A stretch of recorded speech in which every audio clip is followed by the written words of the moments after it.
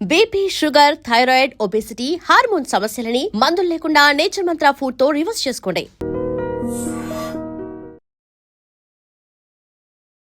Hi నమస్తే, welcome to I dream. నేను మీ anchor Pratyusha.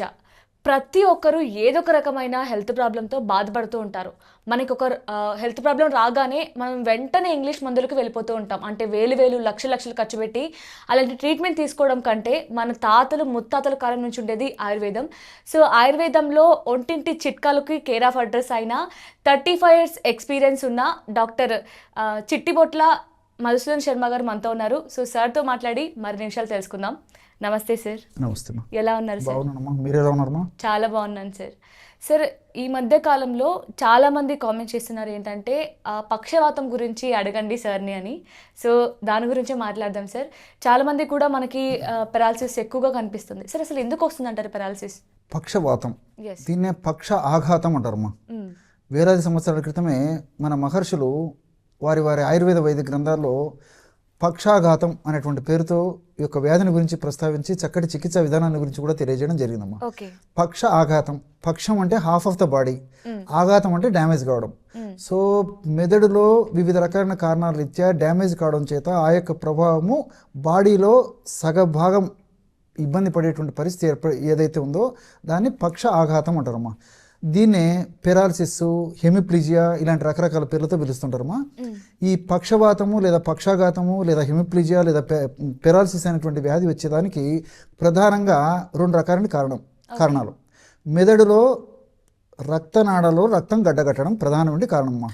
అంటే 100 మంది పక్షవాతం పేషెంట్స్ని గమనించినట్లయితే దాదాపు 80 మంది లేదా 90 మంది వరకు కూడా మెదడులో రక్తనాళాలలో రక్తం గడ్డగట్టడం వల్ల పెరాలసిస్ వస్తూ ఉంటుంది.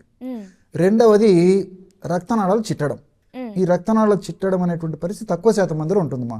ఈ 2 కారణాల్లో ఏ కారణం వల్ల అయినా పక్షవాతం రావచ్చు.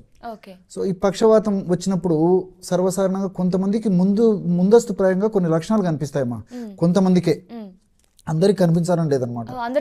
కనిపించవమ్మా. కొంతమందికి మాత్రము అంటే కొంచెం ఒక భాగము చచ్చుగా ఉండడము, తర్వాత స్పర్శ తగినట్టు ఉండడము, తర్వాత మిగతా వైపు భాగంతో పోలిస్తే మరొక భాగంలో ఆ చైతన్యం సరిగ్గా లేకున్నట్టు ఉండడము, తర్వాత మాట తడబడుతూ ఉండడము, కొన్నిసార్లు అలా తడబడుతూ ఉంటుంది, మళ్ళీ మామూలు అయిపోతుంది. ఒక్కొక్కసారి కొద్దిగా తలనొప్పి వస్తూ ఉండడము. ఈ విధంగా కొన్ని రోజుల పాటు ఇలాంటి లక్షణాలు కనిపించిన తర్వాత పక్షవాతం వచ్చేటువంటి పరిస్థితి కొంతమంది ఉండేట్లయితే కొంతమందికి ఉన్నటువంటి సడన్గా వచ్చేస్తుందమ్మా. సరే, ఎందుకు అంటారంటారు అలా? కొంతమందిలో లక్షణాలు కనిపించడానికి, కొంతమంది కనిపించడానికి అసలు ఏంటి? అదేమ్మా, వాళ్ళు చేసేటువంటి పొరపాట్లు, ఆహార విహారాల్లో చేసేటువంటి పొరపాట్లు, అదేవిధంగా ఈ షుగరు, బీపీ ఇలాంటి కారణాలు, తర్వాత ఈ వెయిట్, ఇలాంటివి అనేక రకాల కారణాలు.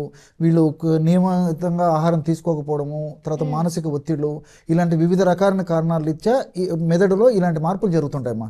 దీనివల్ల లక్షణాలు అయితే ఈ పద్ధతిలో వస్తుంటాయమ్మా. కాబట్టి కొంతమందికి ఏంటంటే రాత్రి వరకు బాగానే ఉంటుందమ్మా, ఉదయం లేచేసరికి సడన్గా ఈ కాలు చెయ్యి కుడి భాగం కానీ ఎడమ భాగం కానీ మొత్తం చచ్చుబారిపోయేసి చైతన్య రహితం అయిపోతాయమ్మా. మాట కూడా తడబడిపోయేటువంటి పరిస్థితి ఏర్పడుతుంది. ఆ విధంగా కొంతమందిలో ఉంటుందమ్మా. కాబట్టి ఈ విధంగా కొంతమందిలో మొదట్లో సూచనప్రాయంగా లక్షణాలు కనిపించేటువంటి పరిస్థితి ఏదైతే ఉందో దీన్ని ట్రాన్సియంట్ ఇస్కీమిక్ అటాక్స్ అంటారమ్మా. Transient ischaemic attacks. సో అది కొంతమందిలో కనిపిస్తుంది కాబట్టి వ్యాధి నిర్ధారణ కొంతవరకు ఊహించడానికి అవుతుంది. కానీ మరికొంతమందిలో సడన్గా ఈ పరిస్థితి వస్తుంది కాబట్టి మరి ఇంకా వచ్చినప్పుడు వెంటనే చికిత్స తీసుకోవడం మంచిది. సర్వసాధారణంగా బీపీ ఎక్కువ ఉన్నటువంటి వాళ్ళలో, షుగర్ ఎక్కువ ఉన్నటువంటి వాళ్ళలో, వెయిట్ ఎక్కువ ఉన్నటువంటి వాళ్ళలో, మానసిక ఒత్తిడి ఎక్కువగా ఉన్నటువంటి వాళ్ళలో, వీళ్ళలోనే ఎక్కువ శాతం మందిలో వచ్చేటువంటి పరిస్థితి ఏర్పడుతుంటుందమ్మా. ఓకే. సరే, ఈ పక్షవాతంని తగ్గించుకోవడం కోసం ఇటు ఇంగ్లీష్ మందులు కాకుండా, ఇట్లా కాస్ట్లీ మెడిసిన్ కాకుండా మీరేమైనా ఇంట్లోనే చేసుకునే చిట్కాలు ఏమైనా చెప్తారా? ఉన్నాయమ్మా. వైద్యులు సూచించిన మేరకు ఔషధాలు వాడుకుంటూ ఇప్పుడు మనం చెప్పుకోబోయేటువంటి ఈ యొక్క ఫార్ములాను వాడుకోవడం వల్ల సైడ్ ఎఫెక్ట్స్ ఉండవు, అన్ని సైడ్ బెనిఫిట్స్ ఉంటాయి. రెండోది ఏంటంటే చాలా త్వరగా రికవర్ వచ్చేస్తుందమ్మా. 3వ పాయింట్ ఏంటంటే మరలా తరచుగా ఈ సమస్య పునరావృతం కాకుండా కూడా ఇప్పుడు మనం చెప్పుకోబోయేటువంటి ఆహార ఔషధాలు సదా దేహంలో వాటి యొక్క ప్రభావం చూపిస్తూ సదా కాపాడుతుంటాయమ్మా. అంటే తగ్గించుకోవడమే కాకుండా మళ్ళీ రాకుండా కూడా చేస్తారు. అంతే కదమ్మా. తగ్గిపోవడంతోనే కాదు కదమ్మా, మళ్ళీ రాకుండా ఇంపార్టెంట్. మళ్ళీ వచ్చిందనుకో డ్యామేజ్ శాతం మరీ పెరిగిపోతుంది. సో అలా కాకుండా ఉండేందుకు కూడా ఆయుర్వేద ఔషధాలు, ముఖ్యంగా ఒంటింట్లో ఇప్పుడు దొరికేటువంటి నేను చెప్పేటువంటి ఔషధాలు చాలా బాగా పనిచేస్తాయి. ఇప్పుడు ఈ ఫార్ములా చెప్తే చాలా ఆశ్చర్యపోతారమ్మా. అన్ని మీకు తెలిసినవమ్మా, అన్ని మన ఇంట్లో ఉండేటివే. సో మొట్టమొదటిది శొంఠి. ఓకే. అల్లాన్ని ఎండబెట్టి తయారు చేసినటువంటి ఇది ఏదైతే ఉందో దాన్ని శొంఠి అంటారు. శొంఠి సర్వసాధారణంగా ఇళ్లలో ఉంటుంది. శొంఠి పొడి కూడా మనకు మార్కెట్లో దొరుకుతుందమ్మా. శొంఠి కొమ్ములు కూడా మార్కెట్లో దొరుకుతాయి. శొంఠి పొడి ఒక 20 గ్రామ్స్ తీసుకోవాలమ్మా. ఓకే. రెండవది ఆవాలు. ఆ. చాలా ఆశ్చర్యపోతారమ్మా, చెప్తున్నాను కదమ్మా. అసలు ఈ సొంటి ఆవాలతో మనకి పక్షం తగ్గుతుంది. అవునమ్మా, చెప్తానమ్మా. అది కూడా ఆవాలు జస్ట్ కాస్త కొద్దిగా వేయించాలమ్మా, మరి ఎక్కువ వేయించకూడమ్మా. వేయించేసేసి పొడి చేసేసి ఒక 20 గ్రామ్స్ ఆవాల పొడి తీసుకోవాలి. శొంఠి పొడి 50 గ్రాములు, ఆవాల పొడి శొంఠి పొడి 20 గ్రాములు, ఆవాల పొడి 20 గ్రాములు. అదేవిధంగా మిరియాలమ్మా, మిరియాలను కాస్త వేయించేసేసి పౌడర్ లాగా తయారు చేసుకొని ఆ యొక్క చూర్ణాన్ని ఒక 20 గ్రాములు తీసుకోవాలి. సో ఈ మూడు ఒక్కొక్కటి 20 గ్రాముల చొప్పున తీసుకునేసరికి మొత్తం 60 గ్రాముల ఔషధం రెడీ అయిపోతుందమ్మా. ఇది నేను క్యాలిక్యులేషన్ వేసి కూడా చెప్తానమ్మా. ఇది 1 మంత్కి వాడుకోవాలి. ఉదయం 1 గ్రాము, రాత్రి 1 గ్రాము. సరే, మొత్తం కూడా 20 గ్రామ్స్ అంటే మొత్తం 60 గ్రాములు వస్తుంది. సో 60 గ్రాములు అంటే రోజు 2 గ్రాములు వాడుకున్నట్లయితే ఎన్నాళ్ళు వస్తుంది ఎగ్జాక్ట్లీ అమ్మా? మీకు తెలుసు కదమ్మా, 30 డేస్ వస్తుంది అన్నమాట. 30 డేస్ అయిన తర్వాత మళ్ళీ ఫ్రెష్గా తయారు చేసుకొని వాడుకోవాలమ్మా. ఈ విధంగా అవసరాన్ని బట్టి కొన్నాళ్ళ పాటు రెగ్యులర్గా వాడుకోవడం వల్ల ఫలితాలు చాలా అద్భుతంగా ఉంటాయమ్మా. సో నేను చెప్పినటువంటి పద్ధతిని తయారు చేసుకోవాలి. ఈ విధంగా తయారు చేసుకుని అన్నీ కలిపేసేసి రోజు ఉదయం ఆహారానికి ఒక 10-15 నిమిషాల ముందు, రాత్రి ఆహారానికి ఒక 10-15 నిమిషాల ముందమ్మా. తినే ముందు వేసుకోవాలి. జస్ట్ 1 గ్రామ్ పౌడర్ తీసుకొని చిన్న ప్లేట్ కానీ లేదా తమలపాకులో కానీ వేసేసుకొని కాస్త తేనె కలిపేసేసి రంగరించేసి చప్పరించేసి మింగేసేయాలి. లేకపోతే దీన్ని ఒక 50 ml పాలల్లో కలిపి తీసుకోవచ్చుమా, లేకపోతే వాటర్లో కలిపి తీసుకోవచ్చు. మనసు ఉంటే మార్గం ఉందమ్మా. సో డైరెక్ట్ గా తీసుకోవచ్చు, లేదంటే మిల్క్ లో ఆరల్స్ వాటర్ లో ఎలాగైనా తీసుకోవచ్చమ్మా. ఇప్పుడు ఫర్ ఎగ్జాంపుల్ షుగర్ వ్యాధిగ్రస్తులు తేనె వాడకూడదు అంటారు, ప్రాబ్లం అయిపోతుంది. కాబట్టి ఎవరికి ఎలా వీలయ్యి ఎలా అనుకూలంగా ఉంటే అలా వాడుకోవచ్చమ్మా. ఏదో ఒక పద్ధతిలో ఈ యొక్క ఔషధాన్ని ఈ యొక్క పద్ధతిలో వాడుకోవాలి. మరి ఇవే కాకుండా మనకి మార్కెట్లో ఏమైనా ఆయిల్స్ అలా ఏమైనా ఉంటాయి అంటే రాసుకోవడానికి? చెప్తానమ్మా. మార్కెట్లో దొరికేటువంటి ఔషధాలు కూడా చెప్తానమ్మా. దీని గురించి చాలా ఆశ్చర్యపోతారు. కాబట్టి ఈ రోజుల్లో ఏంది భాష అంటే ఎక్కడ పనిచేస్తుంది, మరి ఆవాలు ఎక్కడ పనిచేస్తాయి, మిరియాలు అంటారమ్మా. శాస్త్రీయంగా చెప్పిన తర్వాత మీరు అడిగినట్లే మార్కెట్లో దొరికేటువంటి ఆయిల్స్ కూడా చెప్తానమ్మా. ఎందుకంటే ఈ రోజుల్లో ఏమంటే భౌతిక ప్రపంచం కదమ్మా, చిన్న చిన్న వాటి మీద లక్ష్యం తక్కువ, ఎక్కడ పనిచేస్తాయి అనుకుంటారు. నార్మల్ గా అసలు ఆవాల వల్ల ఇంత బెనిఫిట్ ఉంటుందని నాకు కూడా తెలియదు. మా చాలా మందికి ఐడియా ఉండదమ్మా. శొంఠిలో షాగోలు, జింజర్ అనేటువంటి రసాయన పదార్థాలు ఉంటాయమ్మా. అదేవిధంగా కుర్కుమిన్ అనేటువంటి రసాయన పదార్థము, తర్వాత శాలిసైలిక్ యాసిడ్, ఇలాంటివి అనేక రకాల రసాయన పదార్థాలు అన్నమా. ఇవన్నీ కూడా ప్రత్యక్షంగా పరోక్షంగా ఇన్ఫ్లమేషన్ తగ్గించేందుకు ఉపయోగపడతాయి. మెదడులో వివిధ రకాలైన కారణాల రీత్యా రక్తనాళాల్లో మార్పు జరిగిందంటే ఇన్ఫ్లమేషన్ అనేటువంటి ప్రక్రియ జరుగుతుంటుందమ్మా. ఇన్ఫ్లమేషన్ అనేటువంటి ప్రక్రియను తగ్గించేందుకు, ఇన్ఫ్లమేషన్ ప్రక్రియలో తయారైనటువంటి హానికారకమైన రసాయన పదార్థాల యొక్క శక్తిని తగ్గించేందుకు, ఆ పదార్థాల యొక్క ఉత్పత్తిని తగ్గించేందుకు శొంఠిలో ఉన్నటువంటి నేను చెప్పినటువంటి జింజరాలు, షాగోలు, శాలిసైలిక్ యాసిడ్, కుర్కుమిన్ ఇవన్నీ ప్రత్యక్షంగా పరోక్షంగా ఉపయోగపడతాయమ్మా. రక్త సరఫరా బాగా చేసేటువంటి శక్తి శొంఠికి ఉంది. అంతేకాకుండా ఈ రక్తనాళాల్లో అవరోధాన్ని తొలగించడానికి, అంటే కొవ్వు పదార్థాల వల్ల అవరోధం ఉండవచ్చు, ఫ్యాట్ వల్ల అవరోధం ఉండవచ్చు, ప్లేట్లెట్స్ వల్ల అవరోధం ఉండవచ్చు. అవరోధాన్ని తొలగించేందుకు కూడా శొంఠి పని చేస్తుందమ్మా. సో ఈ విధంగా చెప్తే చాలా మందికి నిజంగా క్లారిటీ వస్తుంది, ఆశ్చర్యం వేస్తుందమ్మా. అదేవిధంగా రెండవ పదార్థంగా ఆవాలమ్మా. సో ఆవాలలో ఐసోర్ హార్మినిటిన్ అని చెప్పేసి ఒక రసాయన పదార్థం ఉందమ్మా. ఈ ఐసోర్ హార్మినిటిన్ అనేటువంటి రసాయన పదార్థం కూడా ఏంటంటే రక్తనాళాలను వ్యాకోచపరుస్తుంది.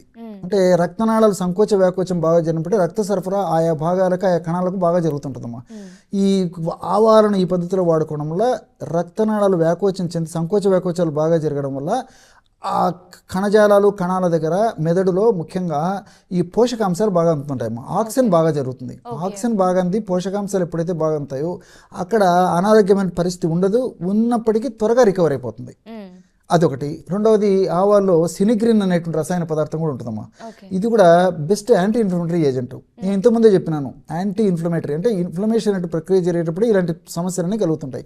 ఇన్ఫ్లమేషన్ తొలగించేందుకు ఆవాలు అనేటువంటి ఈ సినిగ్రిన్ అనేటువంటి రసాయన పదార్థం కూడా ఉపయోగపడుతుందమ్మా. సరే, మిరియాలు ఏంటంటే మనం ఏదో కూరలు వేసుకుంటాం సార్, మిరియాలు ఏముంటుంది బా అని చెప్పేసి అనుకుంటామా. పిట్ట కొంచెం కూతగనం అన్నట్లు మిరియాలు చూడడానికి చిన్నగా ఉన్నప్పటికీ ఫలితం ఔషధ శక్తులు చాలా ఉంటాయమ్మా. సో ఆ మిరియాల్లో పెప్పరిన్ అనేటువంటి రసాయన పదార్థం ఉందమ్మా. ఈ పెప్పరిన్ అనేటువంటి యొక్క రసాయనిక పదార్థం కూడా ఈ సంకోచ వ్యాకోచాన్ని బాగా చెరిగేట్టు చేయడం కాకుండా రక్తనాళాల్లో రక్తం సజావుగా ప్రవహించేందుకు ఉపయోగపడుతుంది. అదేవిధంగా రక్తనాళాల్లో బ్లాక్స్ రాకుండా ఉండేందుకు కూడా ఈ యొక్క మిరియాలు చాలా చక్కగా ఉపయోగపడతాయి. అంతేకాకుండా ఈ యొక్క మిరియాలు వాడుకోవడం వల్ల షుగరు నియంత్రణ ఉంటుందన్నమాట. చాలా మందికి షుగర్ వ్యాధిగ్రస్తులు ఈ సమస్య వస్తూ ఉంటుంది అనమాట. అంటే ఇన్సులిన్ రెసిస్టెన్స్ వల్ల ఇన్సులిన్ సెన్సిటివిటీని పెంచేందుకు మిరియాలు ఉన్నటువంటి పెప్పరిన్ అనేటువంటి రసాయన పదార్థం ఉపయోగపడుతుంది. అదేవిధంగా వెయిట్ లాస్ అయ్యేందుకు కూడా వెయిట్ వల్ల కూడా ఈ యొక్క సమస్య చాలా మందిలో వస్తుంటుందమ్మా. వెయిట్ ఉన్నటువంటి వాళ్ళలో కూడా ఈ పెరాలసిస్ సమస్య వస్తుంటుంది అనమాట. సో పరోక్షంగా వెయిట్ తగ్గేదానికి కూడా ఈ మిరియాలు ఉన్నటువంటి పెప్పరిన్ అనేటువంటి రసాయన పదార్థం ఉపయోగపడుతుంది. సో ఈ విధంగా మల్టిపుల్ బెనిఫిట్స్ నేను చెప్పినట్టు ఫార్ములా ఉన్నాయి కాబట్టి ఈ పద్ధతిలో తయారు చేసుకుని వాడుకోవడం వల్ల చాలా క్షేమదాయకంగా పనిచేస్తాయి ఈ ఔషధాలు. ఇంకోటి అంటే ఈ ఔషధాల యొక్క ప్రభావం సదా దేహంలో ఉంటూ సదా కాపాడుతూ సదా రక్షిస్తూ ఉంటాయి అవి. సరే, మీరు అడిగిన దానికి నేను వస్తానమ్మా. ఆయిల్స్ అమ్మా. సో కుడివైపు కానీ ఎడమవైపు కానీ మరి చైతన్య రహితమై సడన్గా ఎత్తడం కానీ దించడం చేత కాదమ్మా పాపం. సో ఉన్నట్టుండి కుటుంబం అంతా కుప్పకూలిపోయేటువంటి పరిస్థితి అమ్మా. ఇంట్లో మరి ఇంటి వాళ్ళకి ఎవరికి వచ్చినప్పటికమ్మా, మరి ఆడవాళ్ళకి వచ్చినా మగవాళ్ళకి వచ్చినా చాలా ఇబ్బంది కదమ్మా పాపం. ఇతరుల మీద డిపెండ్ అయ్యాల్సిన పరిస్థితి ఏర్పడుతుంటుంది. తప్పకుండా అవ్వాలి కదా, డిపెండబుల్ లైఫ్ అయిపోతుంది పాపం. మానసికంగా కూడా కుంగిపోతుంటారమ్మా. సో పైపూత మందుగా ఎలాంటి ఔషధాన్ని వాడుకోవాలంటమ్మా, విషముష్టి తైలం అని చెప్పేసి దొరుకుతుందమ్మా మార్కెట్లో. విషముష్టి తైలం అది మనకు ఆయుర్వేద ఔషధ విక్రయశాలలో దొరుకుతుందమ్మా. ఆ తైలాన్ని తెచ్చుకొని కాస్త తైలాన్ని తీసుకొని ఎక్కడైతే ఈ యొక్క చైతన్య రహితం అయిపోయి చెయ్యి కాలు పడిపోయినాయో ఆ భాగంలో అప్లై చేసి సున్నితంగా మర్దన చేయాలి. కాస్త వేడి చేసి గోరువెచ్చగా చేసేసి ఒక 5-10 నిమిషాల సేపు మర్దన చేసేసి 1 గంట సేపు అలాగ ఉన్న తర్వాత స్నానం చేస్తుంటే సరిపోతుందమ్మా. ఈ విధంగా రెగ్యులర్గా చేయడం వల్ల మరింత త్వరగా, మరింత సమర్థవంతంగా, మరింత శీఘ్రంగా ఆ సమస్య నుంచి బయటపడేందుకు అవకాశం ఏర్పడుతుందమ్మా. ఓకే, అంటే ఇప్పుడు మీరు చెప్పిన హోమ్ రెమెడీ కావచ్చు, ఈ ఆయిల్స్ యూజ్ చేయడం వల్ల కావచ్చు, మళ్ళీ రాకుండా మనం కాపాడుకోవచ్చు. కాపాడుకోవచ్చు. నైస్ సార్, చాలా చక్కగా చెప్పారు. Thank you so much sir.